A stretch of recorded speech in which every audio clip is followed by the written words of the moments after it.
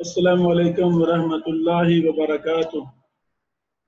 सही बुखारी हदीस नंबर 6। इमाम बुखारी रहमहुल्लाह फरमाते हैं, क़ाल हद्दसना अब्दान क़ाल अख़बरना अब्दुल्लाह क़ाल अख़बरना यूनुस अन ज़ुहरी तहवील सनद वक़ाल हद्दसना बिश्र बिन मुहम्मद क़ाल अख़बरना अब्दुल्लाह क़ाल अख़बरना यूनुस व मामर अन ज़ुहरी नहवा क़ाल अख़बरनी उबैदुल्लाह इब्न अब्दिल्लाह अन इब्न अब्बास क़ाल कान रसूलुल्लाह सल्लल्लाहु अलैहि वसल्लम अजवदन नास, थे रसूलुल्लाह सल्लल्लाहु अलैहि वसल्लम लोगों में से सबसे ज्यादा सखी। वकाना अजवदु मा यकून फी रमजान, और आप बहुत ज्यादा सखी होते थे जब रमजान में आप अलैहिस्सलाम को मिलते जिब्रील अलैहिस्सलाम। वकान यल्काहु फी कुल्ली लैला, और आपको मिलते थे हर रात मिर रमजान से फयुदारिसुहुल कुरान, और आप अलैहिस्सलाम से कुरान का मुज़ाकरा करते, यानी नबी अलैहिस्सलाम उनको कुरान करीम सुनाते। क़ाला रसूलुल्लाह सल्लल्लाहु अलैहि वसल्लम, अलबत्ता होते थे अल्लाह के नबी सल्लल्लाहु अलैहि वसल्लम अजवदु बिल खैरी, सखावत में, भलाई के अमूर में, सखावत में बहुत ज्यादा सखी होते थे। मिन अर्रीहिल मुरसला, तेज छोड़ी हुई हवा से भी ज्यादा सखी। अल्लाह अकबर। प्यारे बेटो, पहली बात यह है, इमाम बुखारी रहमहुल्लाह इस हदीस को 5 बार लाए हैं। पहली बार हदीस नंबर 6 है, दूसरी बार हदीस नंबर 1902, 3220, 3554 और 4997। ये हदीस सही मुस्लिम में भी है 6009, और मुस्नद इमाम अहमद बिन हंबल में भी है हदीस नंबर 2616।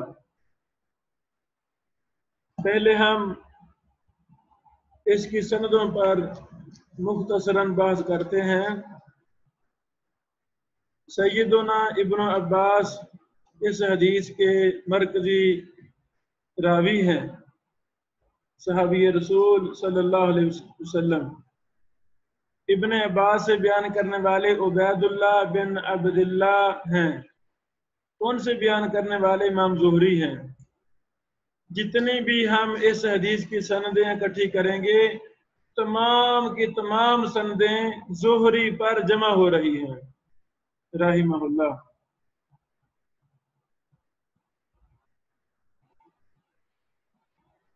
इमाम ज़ुहरी से इस हदीस को बयान करने वाले इब्राहिम बिन साद हैं, और इब्राहिम बिन साद से मूसा बिन इस्माइल, उनसे इमाम बुखारी रहमहुल्लाह हैं। हदीस नंबर 1902। इसी तरह इमाम ज़ुहरी से बयान करने वाले यूनुस हैं, यूनुस से बयान करने वाले अब्दुल्लाह हैं, और अब्दुल्लाह से बयान करने वाले 2 हैं, मोहम्मद बिन मुकातिल से इमाम बुखारी ने बयान किया हदीस नंबर 3290। इसी तरह अब्दुल्लाह के दूसरे शागिर्द बिशर बिन मोहम्मद हैं, उनसे इमाम बुखारी बयान करते हैं हदीस नंबर 65। इसी तरह अब्दुल्लाह के तीसरे एक शागिर्द अबदान भी बयान करते हैं, अबदान से बयान करने वाले इमाम बुखारी हैं हदीस नंबर 3553। और जो हमने हदीस पढ़ी है 6 नंबर हदीस बुखारी की, इमाम बुखारी बयान करते हैं अबदान से, अबदान अब्दुल्लाह से, अब्दुल्ला मामर से भी बयान करते हैं, और यूनुस से भी बयान करते हैं। बुखारी वाली हमारी रिवायत अब्दुल्ला मामर से, मामर ज़ुहरी से, और ज़ुहरी उबैदुल्लाह बिन अब्दुल्लाह से, वो सैयदना इब्न अब्बास से। इमाम मुस्लिम रहमहुल्लाह ने भी मुख्तलिफ संदों से इस हदीस को बयान किया है। इमाम मुस्लिम बयान करते हैं अबू कुरैब से, अबू कुरैब बयान करते हैं अब्दुल्ला से, अब्दुल्ला यूनस से और मामर से, वो आगे इमाम ज़ुहरी से, आगे सनद वही है। मुस्लिम की हदीस नंबर 6010 है। इसी तरह इमाम मुस्लिम इस हदीस को एक और सनद से बयान करते हैं। इमाम मुस्लिम अब्द बिन हुमैर से बयान करते हैं, वो अब्दुल रज़ाक से, वो यूनस और मामर से, वो इमाम ज़ुहरी रहमहुल्लाह से। मुस्लिम वाली रिवायत ये यूनस से है, सिर्फ यूनस से। इसी तरह इमाम मुस्लिम एक तीसरी सनद से भी बयान करते हैं, 6009 नंबर। इमाम मुस्लिम अबू इमरान मोहम्मद बिन जाफर से बयान करते हैं, वो इब्राहिम बिन साद से, वो इमाम ज़ुहरी से, वो आगे सनद वही है। इसी तरह मुस्लिम 6009 नंबर एक दूसरी सनद से बयान करते हैं, मंसूर बिन मुजाहिम, वो बयान करते हैं इब्राहिम बिन साद से, वो ज़ुहरी से, आगे सनद वही है। इमाम अहमद बिन हंबल रहमहुल्लाह इस हदीस को 3539 नंबर में लाए हैं। वो बयान करते हैं उस्मान बिन इब्राहिम से, उस्मान बिन इब्राहिम यूनस से, वो ज़ुहरी से।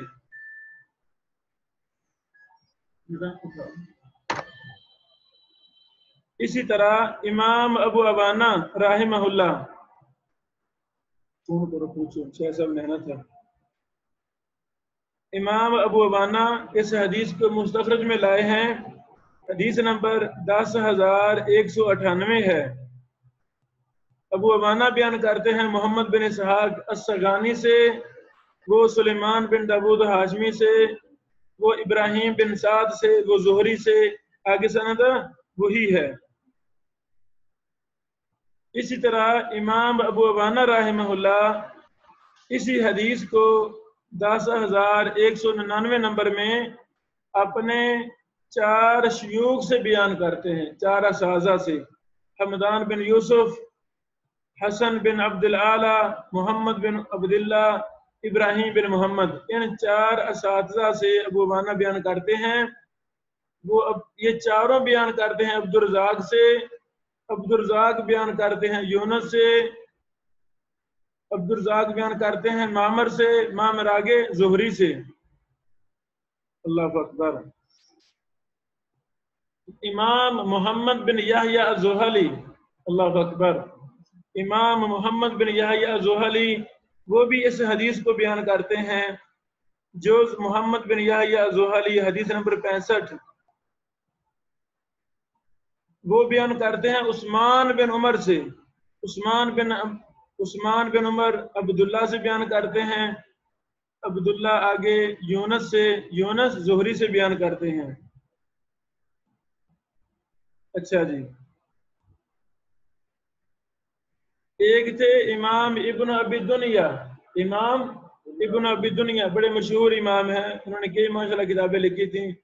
उनकी किताब है मकारिमुल अखलाक। इमाम इब्न अबी दुनिया भी इस हदीस को बयान करते हैं, वो भी हर हदीस को अपनी सनद से बयान करते हैं। मकारिमुल अखलाक हदीस नंबर 386 है।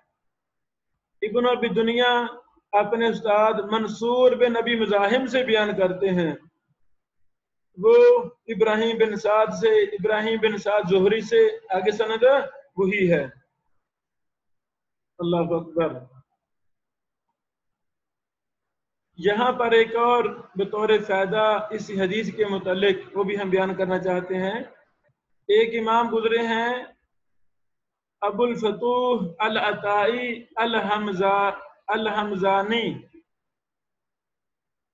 उनकी किताब है अल अरबाइन फी इरशाद सायरीन के नाम से। उन्होंने अपनी सनद से 40 हदीसों को जमा किया, और ये जो बुखारी की हदीस नंबर 6 है, इसको भी वो लाए हैं अपनी 40 हदीसों की किताब में। ये इमाम अबुल फतूह अल अताई 555 ہجری میں فوت ہوئے تھے۔ ان کی ایک عجیب طریقہ کار ہے حکم لگانے کا، یہ ہر حدیث پر یہ حکم لگا رہے ہیں حدیث حسن، حدیث حسن عالن، اسم لگی، کہیں لکھتے ہیں حدیث حسن عالن کبیر، یعنی ہر 40 حدیثوں میں سے ہر حدیث کو حدیث حسن ضرور کہہ رہے ہیں، ایسا سمجھ۔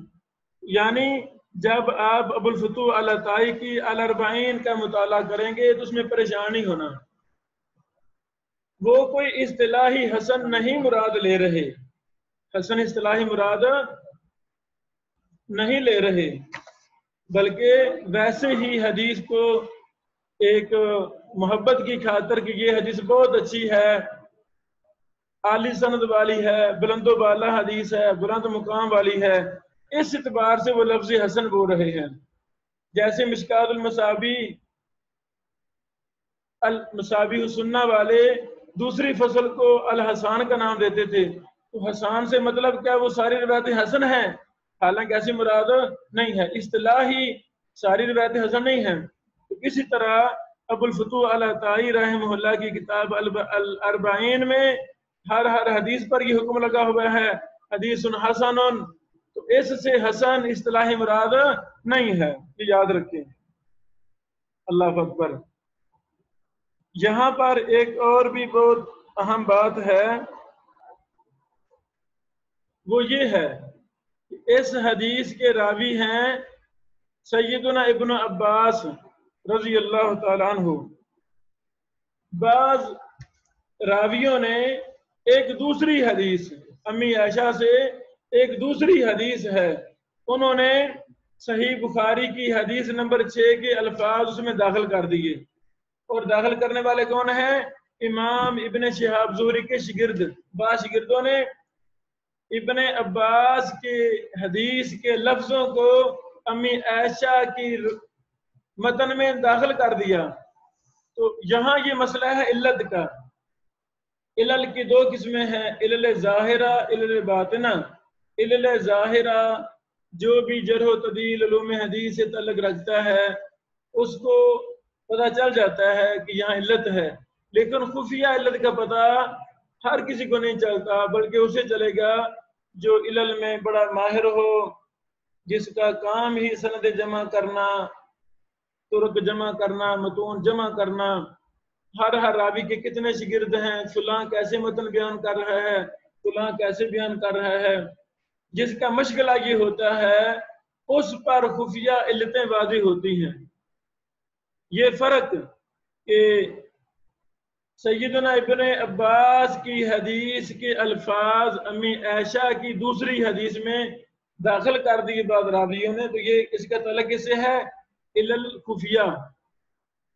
اصل علت جسے کہتے ہیں باطنی علت، خفیہ علت کے ساتھ، جس پر جرح و تعدیل کے بڑے بڑے ائمہ ماہر فن ہی اس پر اطلاع پاتے ہیں۔ اچھا، یہ بات امام دارقطنی نے واضح کی ہے کہ فلاں فلاں راوی نے یہ متن ابن عباس کی حدیث کا امی عائشہ کی روایت میں داخل کر دیا ہے۔ لکھ لیں علل دارقطنی جلد نمبر 14 صفحہ نمبر 174۔ یہی حدیث جو ہمارے سبق والی صحیح بخاری کی حدیث نمبر 6، یہ حدیث مسند امام احمد میں بھی ہے، 3010 نمبر حدیث۔ لیکن یاد رہے کہ مسند امام احمد کی حدیث نمبر 310 میں محمد بن اسحاق راوی ان سے بیان کر رہے ہیں۔ مدلس راوی، مدلس سے مراد تیسرے طبقے کا، چوتھے کا، پانچویں کا، ان سے بیان کر تو روایت کیا ہوتی ہے؟ ضعیف ہوتی ہے، وہ کثیر تدلیس راوی ہیں، ان سے بیان کر تو روایت ضعیف ہے۔ محمد بن اسحاق ان سے بیان کر رہے ہیں تو ان کی وہ سند ضعیف ہوگی۔ ہاں، محمد بن اسحاق کا تابع وہ بھی ہمیں مسند امام احمد میں مل گیا، حدیث نمبر 2024۔ جب تابع مل جائے تو وہ روایت کیا ہو جاتی ہے؟ صحیح ہو جاتی ہے۔ تابع کہاں ملا ہے؟ مسند احمد 2024 میں۔ اسی کے ساتھ ہماری سند پر بحث اختصاراً ختم ہوئی۔ یہ حدیث متفق علیہ ہے۔ اللہ اکبر۔ ابھی اسی حدیث پر چند اور فوائد فقہ المحدثین کے حوالہ سے، اس حدیث سے ائمہ محدثین نے کون کون سے مسئلے اخذ کیے ہیں۔ اس حدیث پر استنباط کہ یہ ایک مسائل کا محدثین نے کیا ہے، وہ انشاءاللہ شیخ احسان صاحب آپ پر بحث کریں گے اپنے سبق میں انشاءاللہ العزیز۔ امام بخاری رحمہ اللہ اس حدیث کو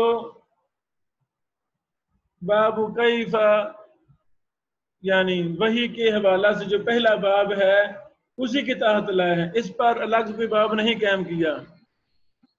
چاند ایک اہم ابواب سبحان اللہ جو بطور فائدہ ہم ذکر کرتے ہیں، امام ابو عوانہ رحمہ اللہ مستخرج ابی عوانہ جلد نمبر 8 صفحہ نمبر 148 میں اس پر بیان باب قائم کرتے ہیں، باب بیان شجاعت النبی صلی اللہ علیہ وسلم وجود نبی علیہ السلام کی بہادری اور آپ علیہ السلام کی سخاوت کا بیان۔ ٹھیک ہے، یعنی اس حدیث سے نبی علیہ السلام کی بہت بڑی سخاوت ثابت ہوتی ہے، اس کا بیان۔ آگے لمبا باب ہے اور بھی چیز ذکر کی ہے۔ امام بہقی رحمہ اللہ نے شعب الایمان جلد نمبر 3 صفحہ نمبر 519 میں باب قائم کیا ہے۔ فصل فی استحبابنا للقاری عرض القرآن فی کل سنہ علی من هو عالم منہ۔ کیا مطلب؟ امام بہقی فرماتے ہیں قاری کے لیے مستحب ہے کہ وہ قرآن کریم کو پیش کرے، قرآن کو سنائے۔ کس کو؟ اپنے سے زیادہ عالم شخص کو سنائے ہر سال۔ ایسا سمجھو، امام بہقی ثابت کرتے ہیں جس طرح رسول اللہ صلی اللہ علیہ وسلم ہر سال جبریل امین علیہ السلام کو قرآن کریم سناتے تھے، اس سے ثابت ہوا کہ قرآن کے قاری اور حافظ ہر سال قرآن کریم اپنے سے افضل شخص کو سنائے تاکہ اس کو منزل سب کی وغیرہ یاد رہ سکے۔ شعب الایمان جلد نمبر 3 صفحہ نمبر 519۔ اچھا جی، امام بغوی رحمہ اللہ جلد نمبر 3 صفحہ 250 میں لکھتے ہیں ھذا حدیث متفق علی صحتی، یہ حدیث اس کی صحت پر اتفاق کیا گیا ہے، یعنی یہ متفق علیہ حدیث ہے۔